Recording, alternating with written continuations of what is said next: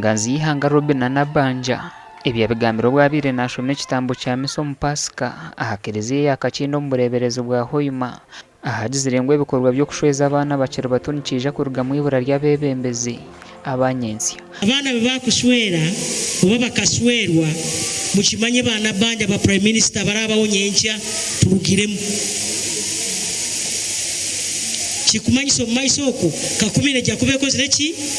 erugiremu hati hano asomero nikyo haparish hano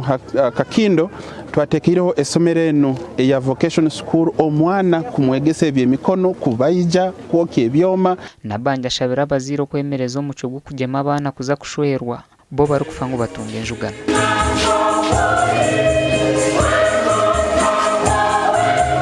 Stop child marriage kandi ekyo mukikomye mbagirawo abazaire aberosi inywena abebembezi bakansara muri hano dimebo abamuti bacagaruka babasweize ekyo of course nitukiterera nitukijumirira tikiri kikorwa kirungi okusweza abana abachali bato arikugambaho n'abanyamakuru bwa nyuma ya misa Nabbanja nagira ngo n'ikirungi umwana kugaruka hishomero yaba yahereze kuzara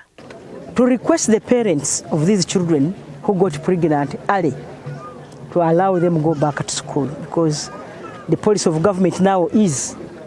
that those children should be given another chance. Bwana mukuru wa Kakindo Father Manyireki asimire government ahabwo kuretaho programu zigenderiremo okwiha abantu omboro omuganda baba kristayo kuruga kashoroza cya Cyovu Uganda muri Nyakageme district ya Rukungiro barugireyo bahigwa gukora namani omumaka gabo kureba ngo babingo bworo kandi okushaba kuhirweyo minister webyo kwerinda Jim Muhwezi owabira ryo mu kushaba kwa Pasika ahakaniseji Jim Muhwezi uru minister webyo kwerinda nagira ngo government eresireho project nyingi kureba ngo yabingo bworo mu bantu cyashabira abakristayo nabo kuzenyigiramo nabo baziki abo mbuto tunakira mesendi video yigana burumaka burumuruka Muhweza yongere yashaba abakristayo kongera kunda government eji ahabo kubeka maraho okwebaganisa mu madini kainde government